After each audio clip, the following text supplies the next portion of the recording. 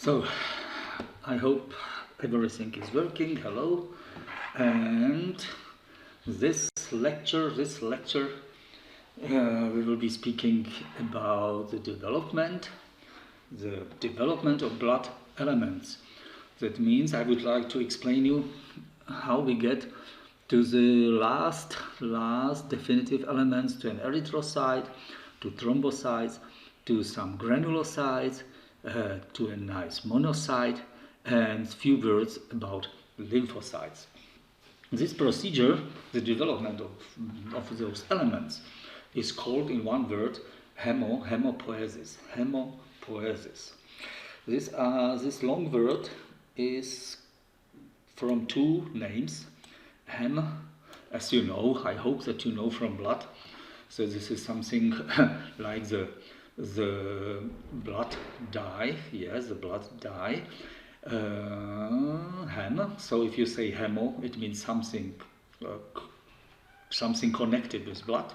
And poiesis means to gain, to produce something like that. So it's from two words, hemopoiesis. Before we start about the development, there is very important information for you, because I think you don't know all the blood elements, and I mean the lifespan of the blood elements. So I think that you have heard in your life about erythrocytes. Yes, about erythrocytes. The maximum is 120 days. 120 days. Functionally, they are able to transport oxygen and CO2 around 100 days, 95, 100 days. Then they live still around 20 days, so maximum around 120 days. And macrophages, mainly in the spleen, are phagocytosing those old erythrocytes. Also macrophages in the bone marrow, and of course macrophages in the liver. So all those interesting cells are damaging very old erythrocytes, and of course very important is the iron. The molecule of iron is very important. The hem is changing if you know, into bilirubin slowly. Neutrophilic granulocytes. Now let's move to the white leukocytes, to the white blood elements. Neutrophilic granulocytes are in blood few hours. When they are pushed out from the bone marrow, few hours in the blood, they are phagocytosing in the connective tissue, for example, or in other places. There are many antigens, so they are working on those places in the immune response, but they can live maximum 4 days. So you need to take out from your bone marrow each second, each minute, new neutrophilic granulocytes. Eosinophilic granulocytes in the blood, if they are there for 3 to 8 hours. For example, if they move out from capillaries in the connective tissue, they can work around 12 days, phagocytosing or damaging the wall of parasites, of very large bacteria, and so on. Basophilic granulocytes are in blood, so 4 to 10 days maximum. Monocytes, if they get out from the bone marrow in the bloodstream, you have them around 3 days. This is around 72 to 80 hours maximum. Then they move out from the blood. If you know this abbreviation MMS, that means monocyte macrophage system. Monocyte macrophage system. That means a monocyte, of course, is differentiating into a macrophage, and in the connective tissue, they can work maximum 100 days, and then they die by apoptosis. Thrombocytes lives in your bloodstream maximum 10 days. So that means around 1 week and maximum 10 days. So very important to take out from the bone marrow into your bloodstream new thrombocytes each minute, each second, because the level of thrombocytes should be on the right level at a healthy human. I hope you know those numbers. Please, this is a basic knowledge. The right number of erythrocytes in a healthy human, yes, in 1 microliter. I hope you know the right number of all leukocytes. Leukocytes, I mean granulocytes, agranulocytes. I hope you know it in an adult, 4,000 to 10,000 in 1 microliter. And I hope you know the right number of thrombocytes in the blood, 150,000 to 400,000 in 1 microliter. Please, those numbers are the most basic informations from the first year on a medical faculty. Those numbers will be automatically at the final exam from histology. If you take out a question from blood or from the blood elements, please take automatically that those informations will be held to you as first. Please tell me the right number of leukocytes. Please tell me the right number of thrombocytes.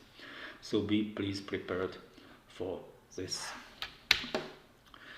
So I think that now you understand how your bone marrow is very important your bone marrow in some of your bones. So-called the red bone marrow, and he's happening and he's running the hemopoiesis, the production of blood elements. Now let's move to the theory, which is now in those years very clear and is taken. This theory, which is called monophyletic theory. In some books, please, you can find the name unitary theory. With this theory has come a Russian gentleman, Russian histologist, Mr. Maximov, around year 1908, please. So it's already around 120 years old, this theory. That means that our blood elements, our mature, ready blood elements, are developing from one unitary, from one hemopoietic stem cell, This hemopoietic stem cell you can call as a pluripotent. Pluri means many pluripotent stem cells that you see on this table, that from this one cell can really, on the end of the whole procedure, can be an erythrocyte, can be thrombocytes, can be all 3 types of granulocytes, can be a monocyte, and can be lymphocytes from one hemopoietic stem cell. The next, this is a very interesting cell that has the ability to divide, because without mitotic divisions you need more and more those hemopoietic stem cells in your bone marrow. And the daughter cells after the mitotic division, some of them of course are going out on in the mitotic division, and some can differentiate into all next types and kinds of cells during hemopoiesis. So this is a very important ability, or 2 important abilities about a hemopoietic stem cell. The next stage, as you see, is such progenitor cell. CFU, this abbreviation means colony forming unit, please. You see that this abbreviation we will use at other cells. So CFU means colony forming unit. This line is called the myeloid line. Differentiation into this multipotent cell, and you see in which direction it will go. The so-called lymphoid line to colony forming unit L, that means to the direction to lymphocytes, L to lymphocytes. So you see from this pluripotent cell will be developing B and T and natural killers, 3 types of cells. So this cell cannot differentiate anymore into the line to erythrocytes, thrombocytes, and so on. And now the colony forming unit E, this progenitor cell, colony forming unit E, means erythrocyte in the erythropoiesis, in this direction. So you see the line going down, on the end the mature erythrocyte. Colony forming unit MEG, the three letters, means the first precursor cell after this progenitor cell, and this is a megakaryoblast. Megakaryoblast, MEG. CFU, colony forming unit EO, logically to the direction to eosinophilic granulocytes. Colony forming unit BA to basophilic granulocytes. And here is an interstep. Here is still one big potential progenitor cell.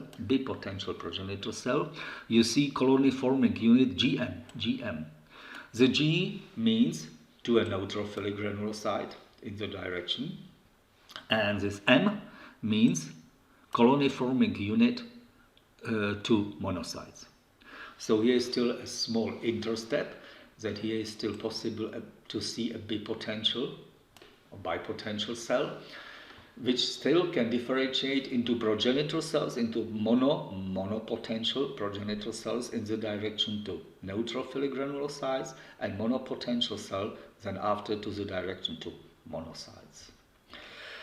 So at this level, please, at this level, CFU and hemopoietic stem cell. We have here a small problem because they look in a microscope, in a light microscope. On a smear from a bone marrow, you would have a big problem to understand which is which. It's a really big problem. They look very similar. Those cells. So the only nice help is to know that in their cell membrane are typical proteins which are called CD markers. CD is an abbreviation. It means cluster of differentiation. They have mainly numbers from 1. I think today is known about 350 CD markers, even more, and they have got numbers. So, for example, this pluripotential stem cell has a typical CD marker number 34. Of course, not only one CD marker. In their membrane are many other CD markers, but some of them are typical for this type of progenitor cells, only for them. That means if you use immunohistochemical method, then you can understand which type of progenitor cell you are just watching in the microscope, please. So here is sure, he is maximally sure immunohistochemistry at those progenitor cells. From the first precursor cell, at this moment, this proerythroblast, here a myeloblast, here a megakaryoblast, here a monoblast. From those first precursor cells, we are able to distinguish them in the light microscope. And we will try today, and I will try today to explain the basic characteristics. So from this moment, from this level, we can already be on a smear from a bone marrow, and I will try to explain you all those typical precursor cells before we come to a erythrocyte, before we come to a thrombocyte, platelet, and before we come definitely to an eosinophilic, basophilic, and neutrophilic granulocyte, and to a monocyte. So this is now already explainable in a light microscope. They have their typical characteristics. The first precursor cells. So hemopoietic stem cells. Hemopoietic stem cells are very important during pregnancy, during development, because a small embryo, of course, has a primitive blood circulation, has a very simple heart, has simple vessels in his body, but he hasn't got a bone marrow. On the beginning of a fetal development, I hope you remember fetal development from the beginning of the 9th week to the childbirth is a fetal development. The fetus on the beginning hasn't got yet definitive bones. He hasn't got yet a bone marrow. So you have to come on an idea where are produced his blood elements of an embryo, where are produced blood elements in a fetus. To the end of pregnancy, yes, the first primitive bone marrow is developing and the function is taking on the bone marrow definitely. That means that we can speak about 3 stages or 3 phases of hemopoiesis. The first, you see here, this is a month of gestation. I hope you understand, till the 9th month, and the child births it at this line.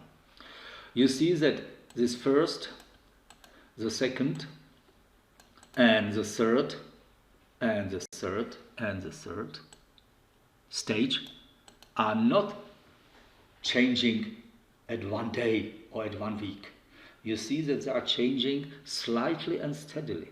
When this is coming to the end, the second stage is starting already. When this is coming, the liver, you see, to the end, to the childbirth, already it's running in the bone marrow and starting approximately at this month. So the first, mesoblastic period. We have to speak, I hope you know the name, the yolk sac. Chorion is the fetal membrane, yolk sac, you know this name already from embryology. Connecting stalk, I think you know these names already a little bit. So here we have to start with the first development of blood elements. Later you will hear about the blood islands which are developing in the mesoderm, in the wall of the yolk sac, the blood islands which are developing in the connecting stalk. The blood islands, this accumulation of cells, which are called hemangioblasts. So in the center of each island are developing the hemopoietic stem cells, giving origin to his primitive embryonic blood elements. On the outskirts of each blood island, we can call the cells angioblasts, giving origin later to the first endothelial cells, because maybe you know, maybe not, but our vessels are lined, blood vessels and lymphatic vessels are lined with very squamous flat cells, endothelial cells. So the angioblasts are giving the origin to endothelial cells, and the hemopoietic stem cells in the blood islands to the first primitive blood elements. Because I told you a few minutes ago, we can see a primitive blood circulation in the embryo. Then the fetal circulation. The fetal circulation is running during the fetal development till the childbirth. The fetal circulation is ending in the moment of the childbirth. Then you have a newborn baby. The blood islands are connecting slowly and forming the first simple vessels with some primitive blood elements inside the vessels. So please, mesoblastic period. His liver and spleen are slowly developing. So the function is taking on, as you see, maximally the liver with the help of the spleen. This period, you see, it's a big period of the fetal development, we can call hepatolienal. In some books you can find even hepatolienal thymic period, because thymus is occupied by the precursor cells for T lymphocytes. T means thymus. T lymphocytes, thymus. So, starting, you see, around this period, very slowly starting. The hemopoietic stem cells are coming to the small liver and to the spleen, also from mesoderm, which is the mesoderm is surrounding the aorta in the small body, aorta, at the level of place where will be developing testis and ovary. This place is called plica urogenitalis. So the mesoderm around the aorta is giving origin to these hemopoietic stem cells which are occupying his small liver, and later he's developing spleen, you see, much later than is starting in the liver.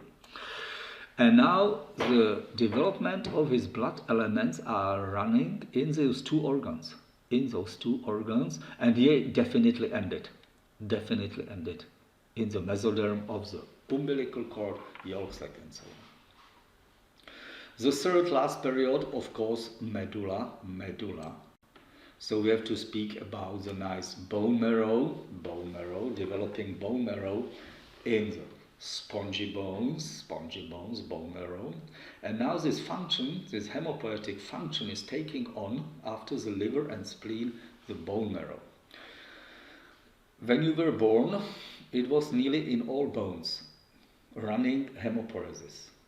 If you are interested, the first bone where is developed the bone marrow is the clavicle. So they take this bone as first in hemopoiesis, the clavicle. The hemopoietic stem cells are moving on from the liver and spleen into the primitive bone marrow, and the hemopoietic stem cells are now occupying the bone marrow, and the hemopoiesis can run at last in this organ. Medullary period. So mesoblastic period, hepatolienal or hepatolienal-thymic, and medullary period. 3 basic periods of hemopoiesis. Don't forget, an embryo and the fetus on the beginning, they haven't got bones, but they have got a simple blood circulation. They need some blood elements. So the bone marrow is starting, as you see, around the 4th month. Slowly, around the 4th month, the first small bone marrow starting. You see as well the same, the first period, second period, and medullary third period. This is the line of the childbirth. The same, one period is slowly ending and a second is starting. Slowly ending at the childbirth, liver, and now the only one hemopoietic organ is the bone marrow. Medullary period. This lower picture is showing you how is coming down the level of this gamma chain, which is typical for the fetal hemoglobin, so it's coming down. On the opposite side is rising, increasing the chain, the beta chain. An adult hemoglobin has 4 chains: alpha 1, alpha 2, beta 1, beta 2, 4 globin chains, 2 alpha and 2 beta. So here you see that still the gamma, which is typical gamma chain for the fetal hemoglobin, is still at the childbirth on a high level, but then rapidly coming down, but rising the beta chain in the adult hemoglobin. So let's look on the bone marrow now. So here first are very simple vessels. Those are our famous mesenchyme cells. I think you have heard this word mesenchyme with the development of bone, with ossification. I think we have heard this name, mesenchyme cells. Mesenchyme is a simple primitive embryonic connective tissue, mesenchyme cells. Here you see the nuclei of endothelial cells in his blood vessels of this embryo. And those cells are his primitive blood elements in those vessels. Here is a picture into a fetal liver. So you know already very well that the liver is taking on the function in hemopoiesis for few months. So looks a section, a slide from a fetal liver stained with hematoxylin eosin. So our bone marrow. Once you say red, that means it's a very active bone marrow, with a typical running hemopoiesis and developing blood elements. During our life, the hemopoiesis is slowly ending, and you will see more and more unilocular adipocytes in the bone marrow, in many bones. That means that the hemopoietic part is slowly smaller, and larger and bigger is the places where you will see unilocular adipocytes. That means red bone marrow is slowly changing into so-called yellow bone marrow with many unilocular adipocytes. In some bones, hemopoiesis is definitely ending, replaced by unilocular adipocytes. In some bones, it's running the whole life. Hemopoiesis is running the whole life. You know that we need this bone marrow. You need how long is the lifespan of some elements. So we need a hemopoietic bone marrow, red bone marrow in many bones, running the whole life. The basic stroma is a reticular connective tissue. Those are modified fibroblasts, reticular cells, producing extracellular matrix, like a fibroblast. Those black are reticular fibers.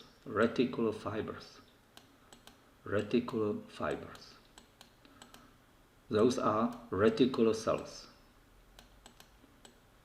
Please, those two basic things are forming the basic stroma. For example, in a lymph node, in the spleen, in the bone marrow. Reticular connective tissue. I hope that anyone will mix this name, reticular connective tissue, with a reticular epithelium, which is only in the thymus. So please, we are in a reticular connective tissue. A nice picture from a light microscope. At this moment you see that here are many unilocular adipocytes. Many. But still we see such hemopoietic blood islands. So in this bone marrow, I would say it's slightly 50 to 50%. Still running hemopoiesis, but you see how there are more and more nicely seen unilocular adipocytes. In some bones, it can change back a yellow bone marrow into red bone marrow if necessary, more blood elements. That's possible. The last very important thing in a bone marrow are those very small vessels, so-called blood sinusoids. We take them as a atypical capillary. The lumen is very large of these atypical capillaries, sinusoids. For example, sinusoids you have got in your liver. For example, sinusoids are here present in the bone marrow. Because don't forget, the ready blood elements from the bone marrow has to be released and jump into the bloodstream.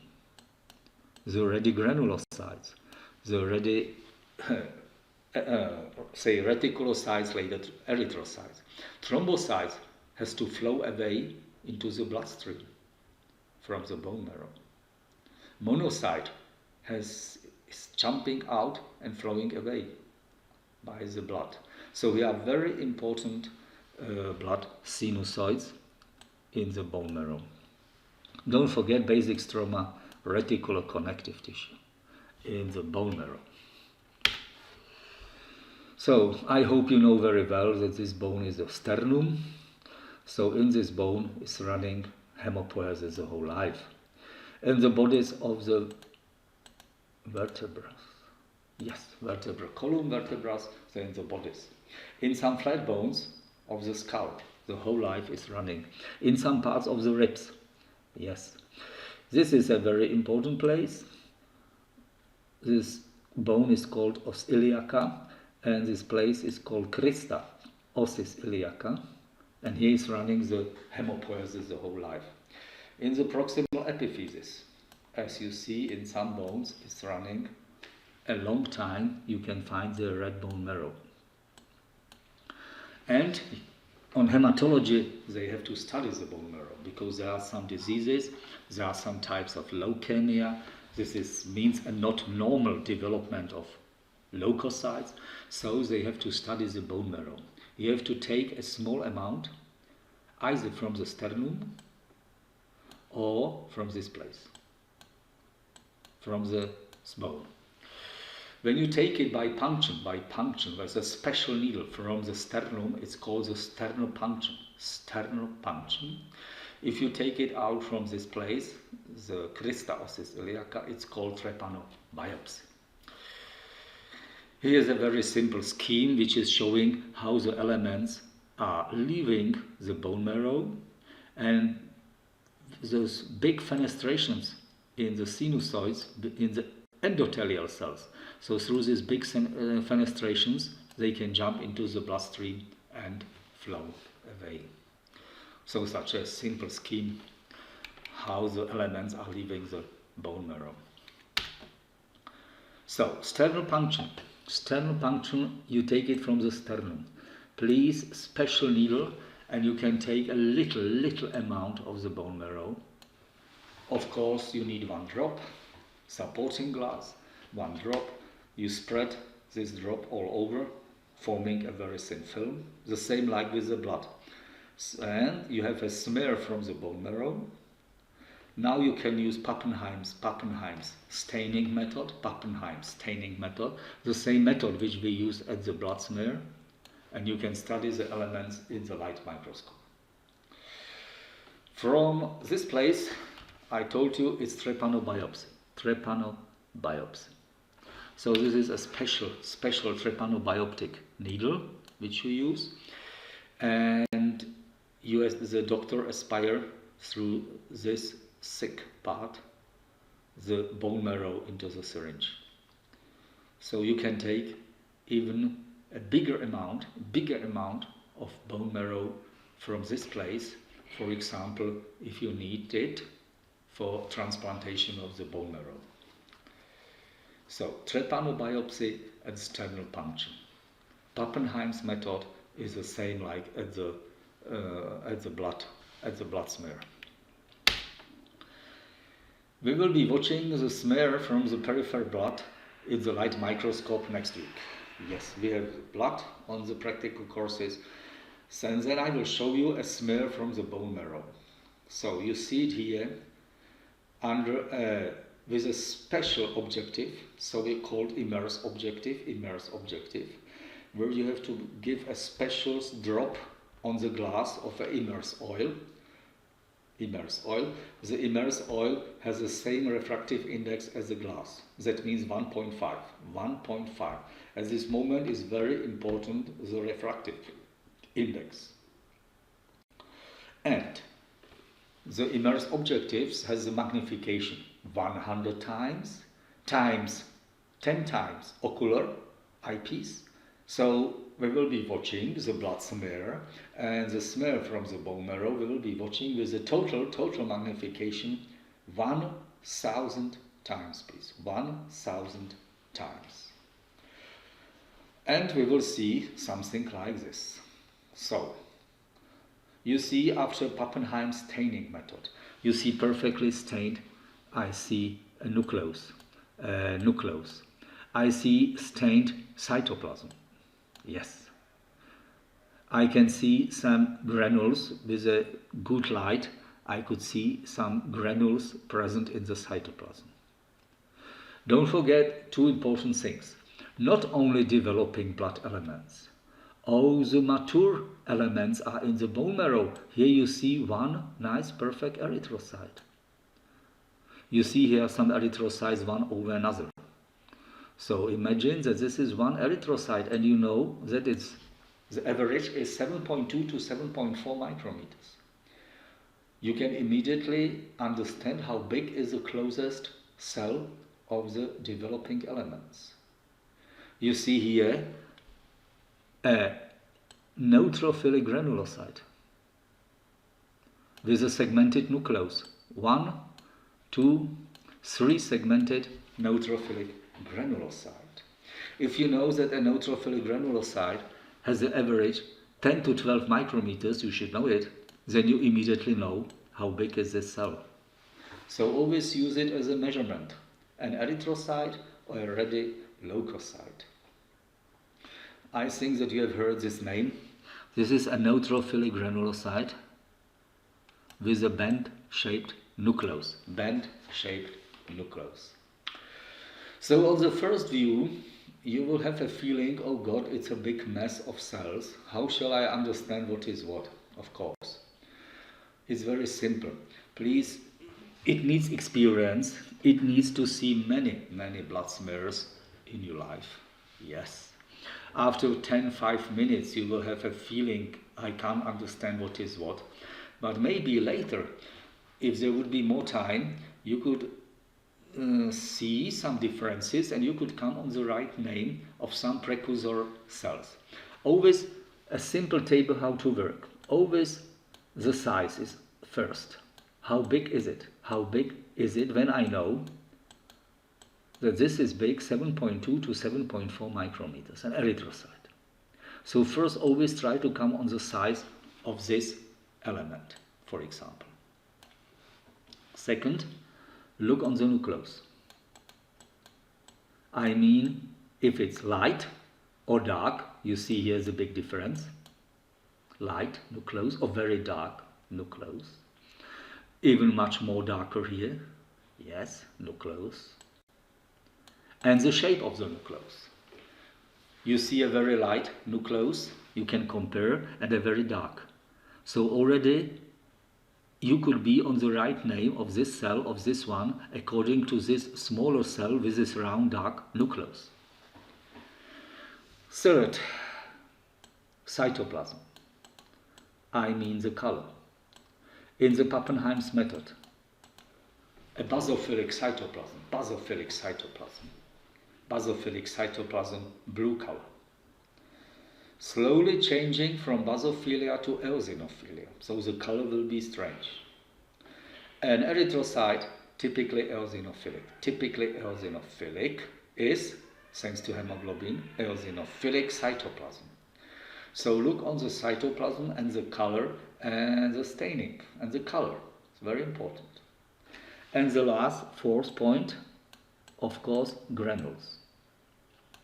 Granules. Very important. Which type of granules I see? In the cytoplasm. Logically, to the direction to an erythrocyte, erythropoiesis, there can be not one granule, because erythrocytes hasn't got granules. So please forget granules in erythropoiesis. Granules for thrombopoiesis and leukopoiesis, yes. So granules, only azurophilic granules, or I see specific granules as well, specific granules. That means neutrophilic, eosinophilic, or basophilic. If I see already specific granules in the cytoplasm, or any granules, is still possible. So please, if you have this in your head and you go according to this simple table, cytoplasm, so I think in few minutes you could be much more clever about some precursor cells in the smear of the bone marrow, and you could even give a nice simple name to them. So let's start with the development to an erythrocyte. This will be on the end already erythrocyte, erythropoiesis. When you say this name, we are developing erythrocytes. You know that these cells before, the progenitor cells, I said they is only helped by immunohistochemical methods, immunohistochemistry. Let's start with the precursor cells and let's move over the precursor cells to the erythrocyte. Here's a very important borderline. Why? Because look on the last part of these names, blast, blast, blast and blast. Till you use on the name of those cells, on the end, this name, blast, you are telling to everyone there is still present a nucleus inside. There is still a nucleus. As you see, it's true. And when you use on the end the last name, site, automatically this element, we cannot call it a cell anymore. It's a blood element, hasn't got a nucleus, not anymore. An erythrocyte hasn't got a nucleus. So please, it's very simple, blast, blast, blast, blast, till there is present a nucleus. Site without the nucleus. What is changing? So, you know that this is 7.2 to 7.2 micrometers. Yes? So you feel already how the size is going down, because this proerythroblast can be large, 15 to 24. So we are going down even 25 micrometers. So we are going down with the size. That's true. Of course, you see that also a large oval-shaped nucleus is coming down with the size. Yes. And now a second condensation is coming up. A very light nucleus, very light, little bit darker, dark, and a very dark nucleus. Condensation here is maximum, dark. So this is now a second sign to see the nucleus, dark nucleus. You see the cytoplasm, typically basophilic. Many ribosomes, many polyribosomes, polysomes. Of course, a little amount of rough endoplasmic reticulum. But you see a typical basophilic cytoplasm because you know already a few weeks that the ribosome is a basophilic organelle, basophilic. And now look how the color is slowly changing. Why is changing from basophilia to eosinophilia? Because more and more hemoglobin is produced, more and more hemoglobin. So logically, you also see the changement, how the color is developing from a blue basophilic to a pink color in an erythrocyte. Slowly it's changing the color, how it's increasing up hemoglobin, the production of hemoglobin. So these are the basic changes, please, the basic changes during erythropoiesis. So about the last point I was now speaking, from basophilia to eosinophilia. Yes, of course, an orthochromatic erythroblast cannot divide anymore, please. Not possible a mitotic division. So, you see once more the cells, you see the size coming down, you see the changement of the nucleus, condensed, dark, and you see that the nucleus has to leave the cell. Extrusion of the nucleus has to happen. Once the nucleus with a small piece of cytoplasm is away, you have on the world a reticulocyte, in 24 hours a ready erythrocyte on the end. So the first precursor cell is the proerythroblast.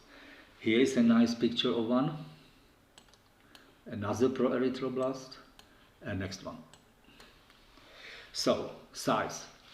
You can use the closest erythrocyte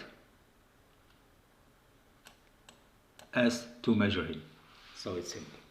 So you know 15 to 24 micrometers. Very large, oval-shaped nucleus and light nucleus.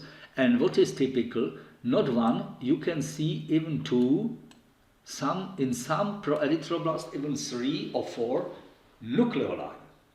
So it's a typical sign that you can see some nucleoli in this slide, nucleus. Yes. Cytoplasm, typically in the Pappenheim's method, typically blue. Yes, many ribosomes. You see, there is not yet hemoglobin. The production is starting, not yet. And this last point, perinuclear halo. This name, perinuclear halo, means that around the nucleus you see whitish, not stained parts. For example, here you see, here there is missing the blue color at this moment. It's missing the blue color. So these places which are not stained we call perinuclear halo. Only one logical explanation why it's not stained here. Logically, there are not present ribosomes. This is clear. So what is here? They're not ribosomes. So in these spaces, small spaces, whitish, can be the vesicles and the cisternae of the Golgi apparatus. So this is a perinuclear halo, a typical sign for a proerythroblast, and later you will see a myeloblast. So you see, this is a neutrophilic granulocyte. Big, 10 to 12 micrometers. If you know this from blood, you can automatically know the size of this proerythroblast. So, this first precursor cell, you see, it's possible to see it in a light microscope. Very nicely, to see it in the light microscope.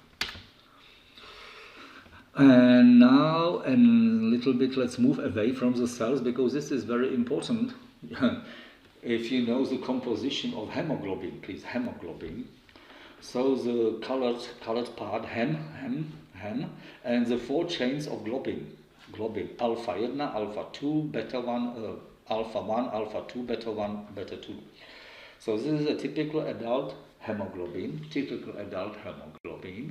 and this hem is containing iron, Fe2+.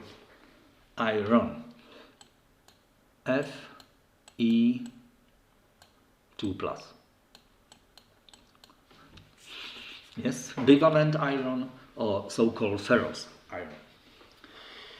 This iron you have to get to the bone marrow and to the proerythroblast and basophilic erythroblast. You need to get it by blood there.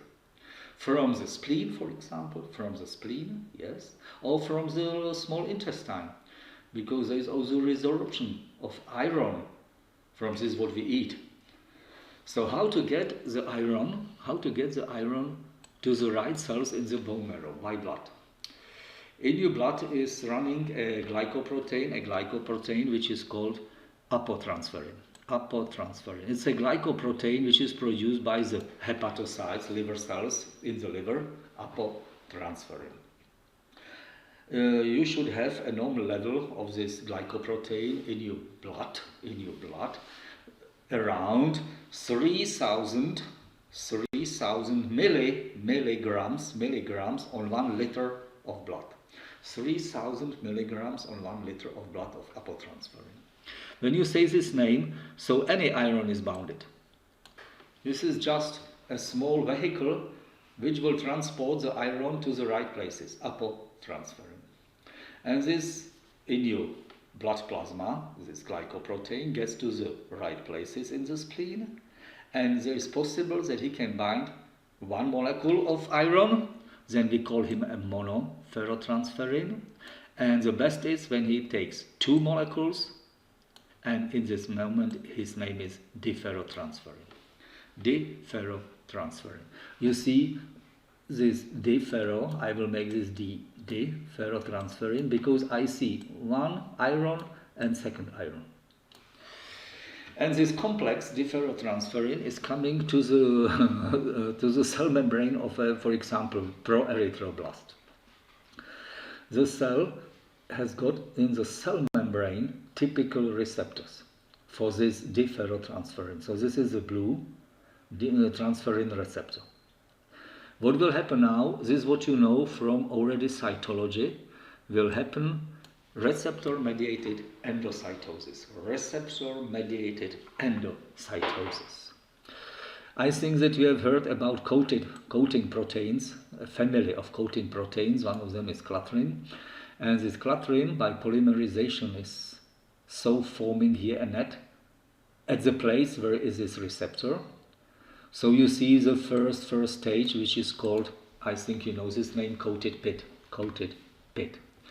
Thanks to protein dynamine, this coated pit is thinner, taking in the receptor, taking in the deferrotransferrin, and the clathrin is forming a simple net completely around this vesicle, so it cannot be anymore a pit.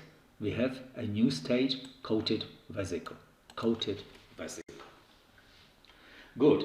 So in this coated vesicle, we have our famous, but be careful, the iron is here 3+. Yes, trivalent iron. Yes, Fs3+. In this vesicle, we have the deferrotransferrin, this receptor, membrane, and clathrin family, clathrin proteins around. Here outside the cell, the pH is 7.4. Outside the cell. Good. At this pH, the iron will never be released from this deferrotransferrin. Never. So what we have to do to come down with the pH to acid? You know that there is an endosomal compartment, proton pumps, and you pump inside hydrogen ions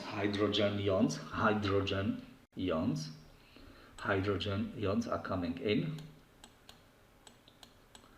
and thanks to this the pH is coming from 7.4 to 5.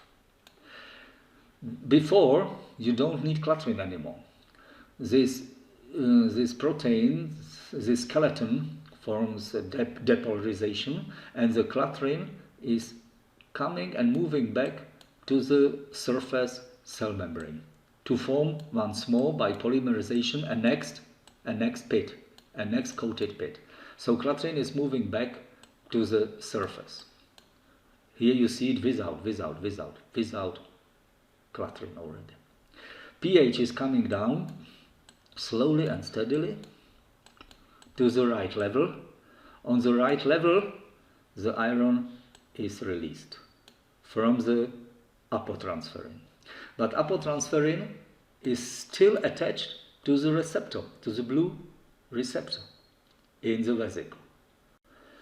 Those vesicles with this are moving to the cell surface. Hydrogen ions not anymore pumped inside, so pH is coming up. And on the level of the surface, we are once more at the pH around 7. The receptor will stay in the cell membrane, and the apotransferrin is released to make its next, once more, the same function. Good. Now we need the last thing to take out iron, trivalent iron, into the cytoplasm. By this transfer to the cytosol or to the cytoplasm, a special enzyme, step 3, is changing or forming Fa2+, and this iron, bivalent iron, you can use for the production of hem. Hem, by the help of mitochondria, you can produce hem. The ribosomes are producing the protein part, the globin chains, and you have suddenly hemoglobin in those developing stages in the precursor cells. The procedure is running slowly. It's not running quickly. So please, you cannot see immediately eosinophilic cytoplasm. But later, when more and more hemoglobin will be present in the cytoplasm, you will see how the color is changing. You know it already from basophilia to eosinophilia. The next stage are smaller cells, smaller, 10 to 17 micrometers. But the cytoplasm is still basophilic. So automatically basophilic erythroblast. Basophilic erythroblast. Here are two. 1 second. You see one erythrocyte. You know how he is big immediately. So two basophilic erythroblasts, nicely seen here. Yes. You see smaller size. The nucleus is not so light anymore and oval-shaped like before in a proerythroblast. So you see them already round-shaped, spherical and darker.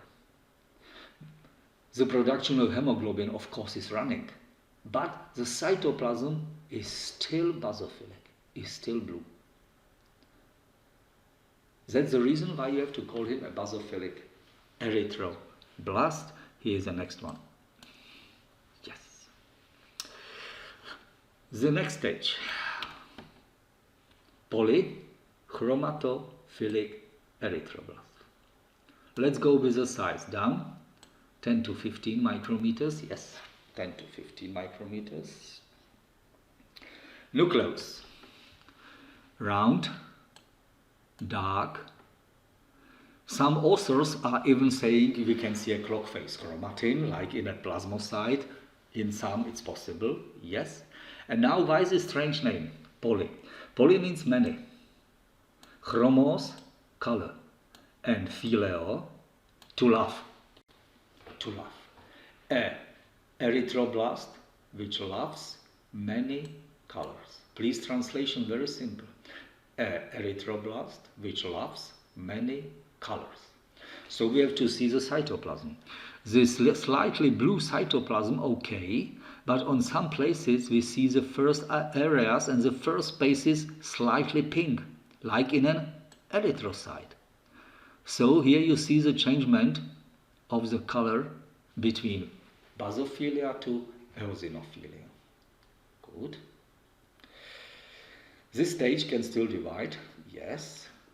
And now more and more hemoglobin present. Logically, the cytoplasm has to change the color definitely into eosinophilic.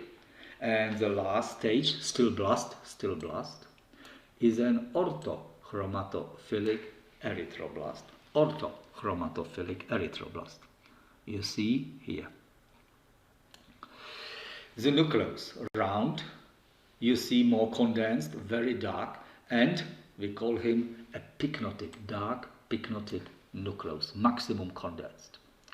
The cytoplasm is a color very near to an erythrocyte, very near to an erythrocyte. It's really eosinophilic. Ortho means one, in one direction, please, in one place, in one direction. So we are really with an eosinophilic cytoplasm in an orthochromatic erythroblast. I have to use blast because the nucleus is still here. A dark pycnotic nucleus is still here. A dark pycnotic nucleus is still present, but you see it's not anymore basophilic, has the same color like an erythrocyte. So the cytoplasm is already eosinophilic in an orthochromatophilic erythroblast. Please, blast. He cannot divide anymore. And now what will happen? No, the size is still smaller, 8 to 12. Yes, at the orthochromatophilic erythroblast. And you will see how the nucleus is moving to the side of the cell. The dark pycnotic nucleus is moving to the side, not staying in the middle anymore, in the center. You see here it's still in the center, but here it will start to move to the side of the orthochromatophilic erythroblast. It will start to move the nucleus. Yes. Oh, that's a nice picture of a small family during erythropoiesis. Please, it's not. This is something else, not important. So you see here a basophilic erythroblast. Look on the perinuclear halo. perfectly seen. So I think here's a Golgi apparatus at this place. You see the nucleus, and you see the blue basophilic cytoplasm, perfectly blue. So 2 basophilic erythroblasts. Now look how the color is changing. You see, still blue, but not so blue like here. Slightly already pink. So these are 2 polychromatophilic erythroblasts. Poly, also this one, polychromatophilic, yes. And now look on the dark pycnotic nucleus. Yeah, this shape is not okay. This is better. And you see a very dark pycnotic nucleus. I think that this cytoplasm you cannot call anymore basophilic, because this is basophilic, this is eosinophilic. And this is an orthochromatic or orthochromatophilic erythroblast. And look, there is a nucleus, not anymore in the center, but has moved to the side of the cell. So now will happen the extrusion of the nucleus. He is also an orthochromatophilic erythroblast. So 1, 2, 3 orthochromatophilic erythroblasts, 2 polychromatophilic, this is nothing please, bad cell, and 2 basophilic erythroblasts. No, and now happens the extrusion of the nucleus from an orthochromatophilic erythroblast. So you see here such cytoplasmic protrusions, yes. So not only the nucleus, please a small piece of the cytoplasm as well, moving out away from the cell. Once the nucleus is away with some organelles, mitochondria, the rest of the cell we automatically call a reticulocyte. This cannot be an erythroblast anymore because the nucleus is not present, please. Nucleus is here still, yes. Here it is still an orthochromatophilic erythroblast. This not. The rest of the cytoplasm with a small nucleus is phagocytosed by macrophages in the bone marrow. There are many macrophages in the bone marrow. So they are waiting not only for antigens, they are also waiting for this situation when the small cytoplasmic protrusions are falling away with the nucleus, and immediately is running phagocytosis. And on the world now we have reticulocytes. Not anymore a blast. Please, nucleus is not present anymore.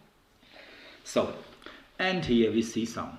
It needs this is already erythrocyte. This is already erythrocyte. But those 2 are reticulocytes. Why? Because I still see something in the cytoplasm. You have to use cresol blue or cresol violet, such special dyes. And in this moment, Pappenheim method will not show it perfectly. You need a special dye. And you will see in reticulocytes, you can see 3 things. First, such a dark net in the cytoplasm. And in this moment, you see substantia reticulofilamentosa. And these are remnants of ribosomal RNA. Don't forget that proerythroblast was full of ribosomes. So these are the remnants of ribosomal RNA, substantia reticulofilamentosa, such a net, simple net, net. That's the reason why they have got the name, reticulocytes. Or we can see such small bodies in the cytoplasm. Of course, how jolly bodies, one possibility, or such half or complete rings, which describe Mr. Cabot rings. So these half jolly bodies and Cabot rings are the remnants of DNA, of the nucleus, that there was a nucleus before in an erythroblast. So you see such small interesting structures in a reticulocyte.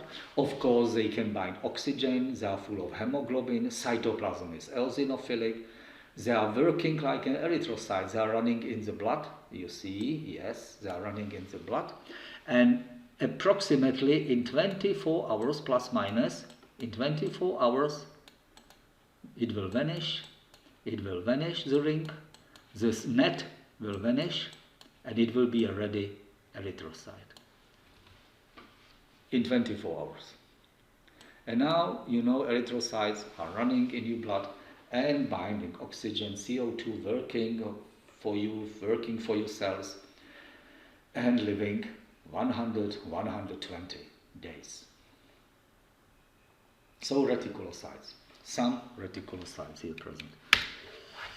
Let's move to the development of granulocytes, eosinophilic, basophilic, neutrophilic.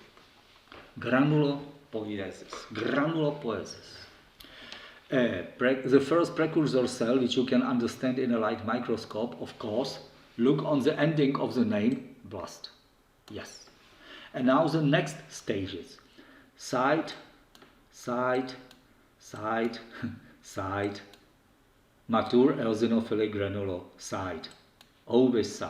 Ovocyte, not anymore a blast. Where is the blast? Only at the first stage. We have still on the end blast. Nucleus is not a problem. Nucleus is in all other stages, you see, not vanishing, is everywhere. So what's the difference? That then it will be site. Please, in the granules. Once you see first granules, and the first granules are azurophilic granules, you see them here, those dark red, dark purple red. You see the first azurophilic granules, and from this moment you cannot use the name blast on the end. Automatically site. So the first precursor cell is a myeloblast. It's very similar to a proerythroblast, as you see. Oval-shaped light nucleoli can be present, basophilic cytoplasm, perinuclear halo can be, yes.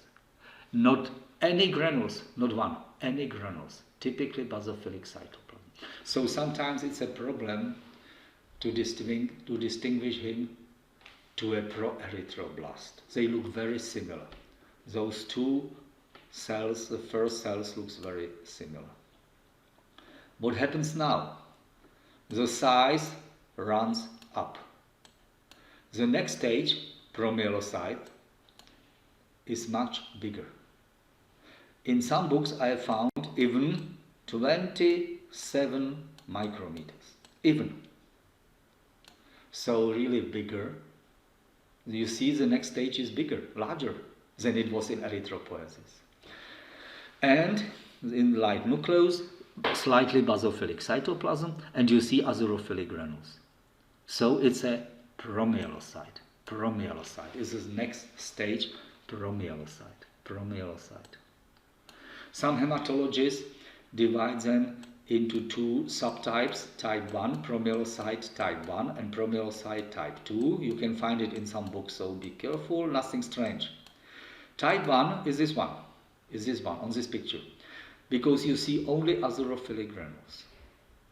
Later, when you see in a promyelocyte also the first specific granules, so some hematologists are calling him a promyelocyte type 2, with not only azurophilic, also as well first specific granules. So, a very large promyelocyte. Here he is. We see some granules, average up to 25 micrometers.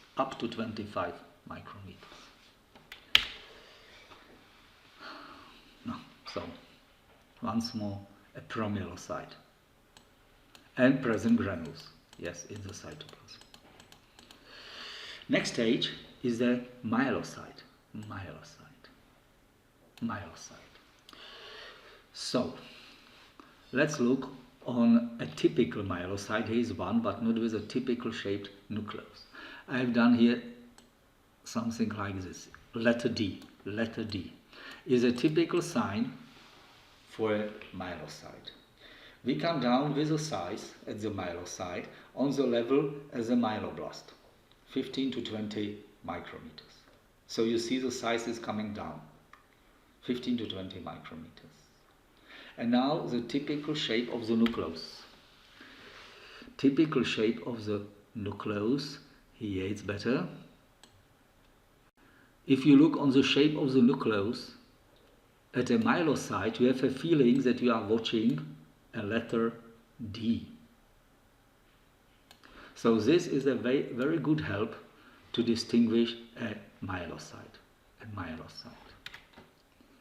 This is not a typical D letter, but we will see now later some myelocytes. The next stage after a myelocyte is a metamyelocyte. We go with the size down, and now the letter C. So this is already better, seen better. A slightly letter C. Yes, here. Or a kidney-shaped or a horseshoe-shaped nucleus. Horseshoe-shaped nucleus. Of course, in a myelocyte, we distinguish specific granules. So we have a myelocyte, neutrophilic, eosinophilic, basophilic. Metamyelocyte, logically, with specific granules, we can have neutrophilic, eosinophilic, and a basophilic metamyelocyte. Specific granules are present. But it's important the shape of the nucleus. Now look here, this belongs to the erythropoiesis, sure to the erythropoiesis, sure to erythropoiesis. Yes, yes, yes. Has nothing to do with granulopoiesis. You see, round nucleus, rounds, the size, you can understand when you know here's an erythrocyte, immediately you know the size. And please, during erythropoiesis, any granules. Any granules. So I think that you feel the letter C, C, C. More band-shaped. I would say that this is already a band-shaped nucleus. So a little bit farther on, because after a letter C we have a band-shaped nucleus. So here are neutrophilic granulocytes. Here would be already present neutrophilic granules and azurophilic granules in the cytoplasm, but they are very small neutrophilic granules, but they are present. I think that you feel a letter C, not D anymore. This is a band-shaped nucleus, yes. And this is a neutrophilic granulocyte. How many segments? There's one segment and second segment. So this is already with a segmented nucleus, a neutrophilic granulocyte. Neutrophilic band you can find on a blood smear. So they are released from the pool. From the pool in the bone marrow, there are many neutrophilic granulocytes sitting in the pool in the bone marrow. Some of them are released into the blood. So letter C, meta. Letter C, meta. Band-shaped nucleus, and later segmented nucleus. Later nicely segmented nucleus. Let's look on this letter. When you see the name myelo, I am waiting letter D, but it's here opposite, on the opposite direction. Yes. So the shape of the nucleus is right, and I see eosinophilic granules, brick red eosinophilic granules, so it's an eosinophilic myelocyte. You see, now we are starting to see a letter C on this nucleus, eosinophilic granules, so automatically eosinophilic metamyelocyte. And a band-shaped nucleus, eosinophilic granules, and this nucleus will form two big lobes. You know that in an eosinophilic granulocyte, there's such a typical nucleus with two big lobes. Yes, bilobed nucleus. So that's the development of the shape of the nucleus to a typical eosinophilic granulocyte. So myelo, meta, band, and bilobed nucleus. These granules are really very dark basophilic granules. So I look on the letter of the nucleus, on the shape, and it's letter D. So it's a basophilic myelocyte. And when I see letter C, it's a basophilic metamyelocyte. The metamyelocytes are already nearly big, large, like the definitive granulocytes. Please, once more, you see a very dark pycnotic nucleus. Any granules in the cytoplasm. Nucleus is round, so this is an orthochromatophilic erythroblast during erythropoiesis.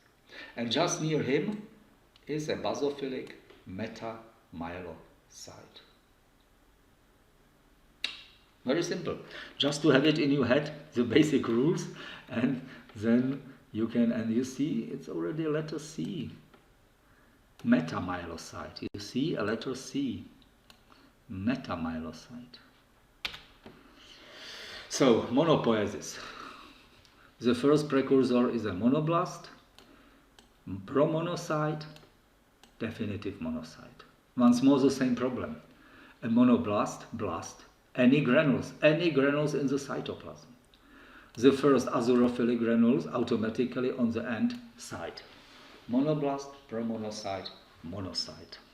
Monocyte macrophage system, I think that you know, can phagocytose many days. So, I see first azurophilic granules. They are present, you see, in the cytoplasm. It cannot be a blast. So, automatically side, promonocyte, and this is a definitive monocyte. 12 to 20 micrometers big. You have an erythrocyte, you know how it is big. You see perfectly azurophilic granules in this basophilic cytoplasm,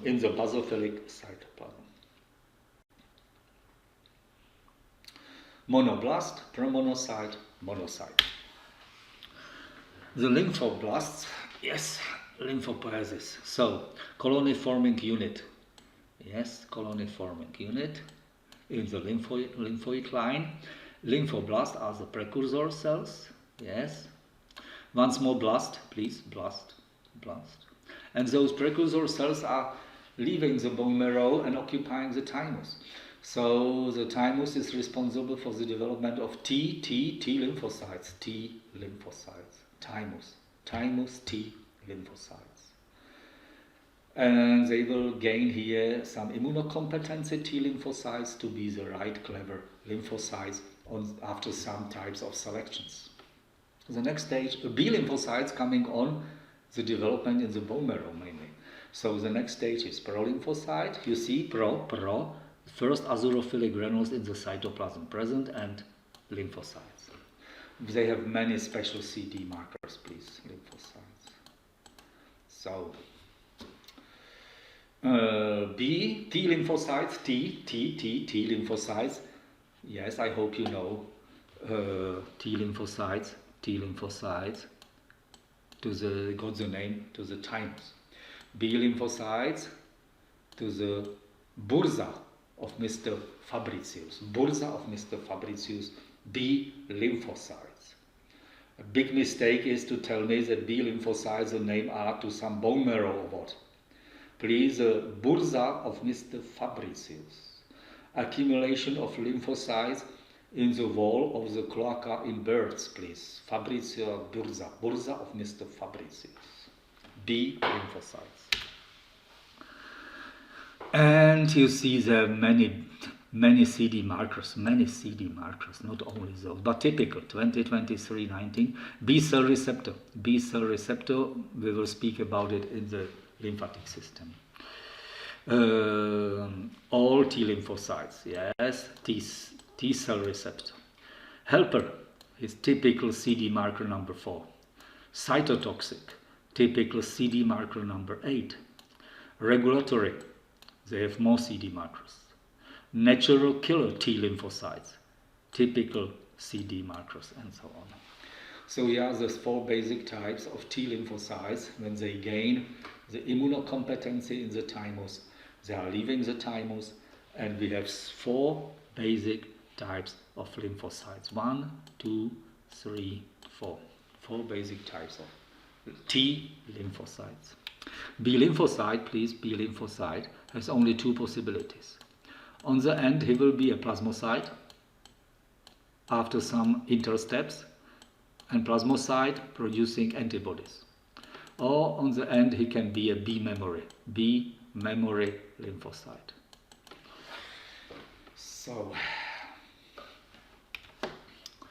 now I said plasma cells. These are the effector cells of B lymphocytes. Yes. And if you remember slightly pyramidal shaped, oval shaped, nucleus never in the center. Always a small round nucleus eccentrically with a typical, I will try to do it here, a clock face chromatin. Typically, if you remember the orientation of heterochromatin, yes, so such a clock face chromatin, yes, typically basophilic cytoplasm, rough endoplasmic reticulum, Golgi apparatus producing antibodies. Plasmocytes you can find on the smear of a bone marrow. Very nicely. Very nicely. Plasmocytes. Look on those erythroblasts during erythropoiesis. This is a neutrophilic, already I would say starting to be a meta. Do you know why? Because you see the shape of the nucleus is already starting to be C-shaped. Yes. So this is a plasmocyte. You see the nucleus never in the center. Never. Never in the center. This is a meta. You see the letter C. Yes, letter C. So neutrophilic metamyelocyte. Neutrophilic meta. This could be a basophilic erythroblast. Basophilic erythroblast. So you see it's not complicated to understand the cells on a smear of a bone marrow, but it needs a little bit experience. Always to use one erythrocyte to measure the cell, how is big, large. You see 1, 2, 3 segmented neutrophilic granulocyte here. One segment, second segment, 2 segmented neutrophilic granulocyte. So, and let's move to the last chapter, and this is thrombopoiesis, development of platelets. Thrombopoiesis, thrombocytes, thrombopoiesis, running in the bone marrow. The first clear precursor cells are megakaryoplasts. Megakaryoplasts. They are bigger, they are larger than a proerythroblast and larger than a myeloblast. That's first. And second thing, which is typical. The nucleus is not typically oval, is slightly lobed. Slightly lobed. You will see it in the microscope. Sometimes it's simple to find him. It's not typically oval shaped like in a proerythroblast or in a myeloblast. But on the end, the name blast is still present. That means in the basophilic cytoplasm, not one granule. Mega means big, large, mega. Karyo, nucleus, and a blast. A blast with a very large nucleus. Why so the nucleus is enlarging? Because he is running something what we call endomitosis. Endomitosis in the nucleus. Replication of DNA will happen, chromosomes will move away, thanks to a mitotic spindle, but the nucleus will not divide. That means there will not happen karyokinesis. The nucleus will not divide like we see in another cell during mitotic division. So this will not happen. That means the nucleus is larger and larger and larger after several endomitosis. Of course, when the nucleus is not dividing, so also the cell will not divide. So the cell is growing in size. It will be larger and larger and larger. So we are coming slowly to a larger cell from a megakaryoblast with a polyploid nucleus. The next stage is a pro-mega. Pro means before. before a megakaryocyte. On the end is site. So in the cytoplasm we see the first azurophilic granules present. Yes.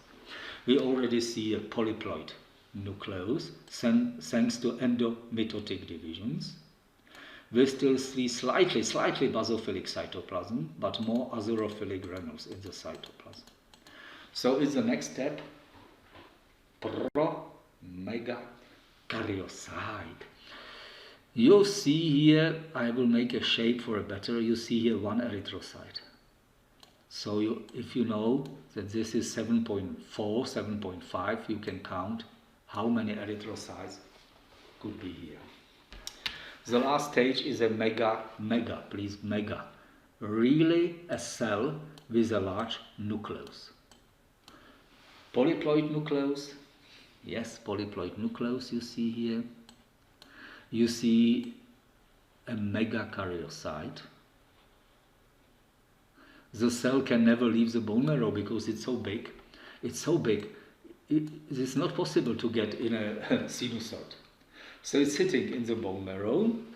And now what will happen? Here are many azurophilic granules. The cytoplasm is eosinophilic now already. And we will see such small lines, British lines, at the periphery of the megakaryocyte.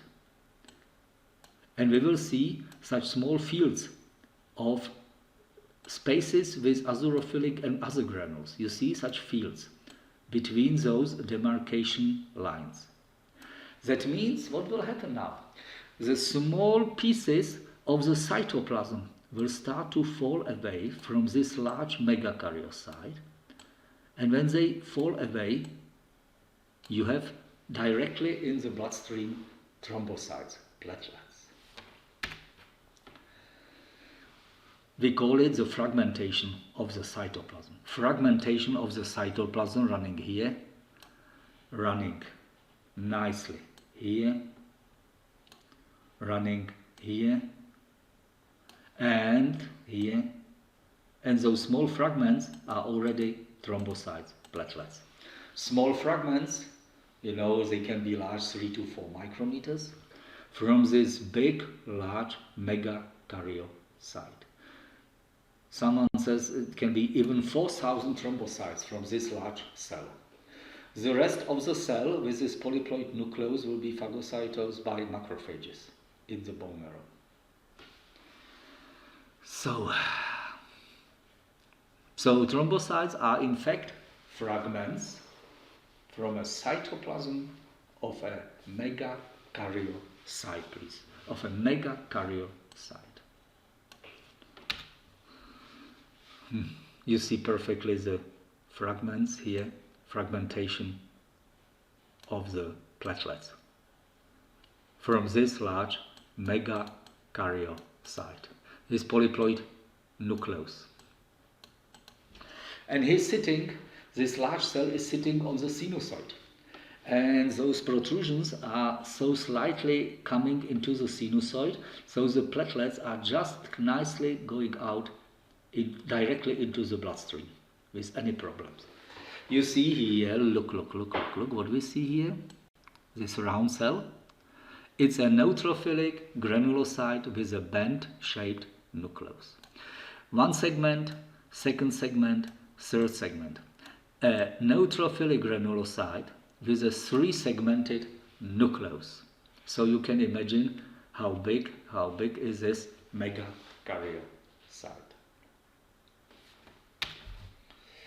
That's him under a magnification 40 times objective. 40 times objective. That's him, a megakaryocyte.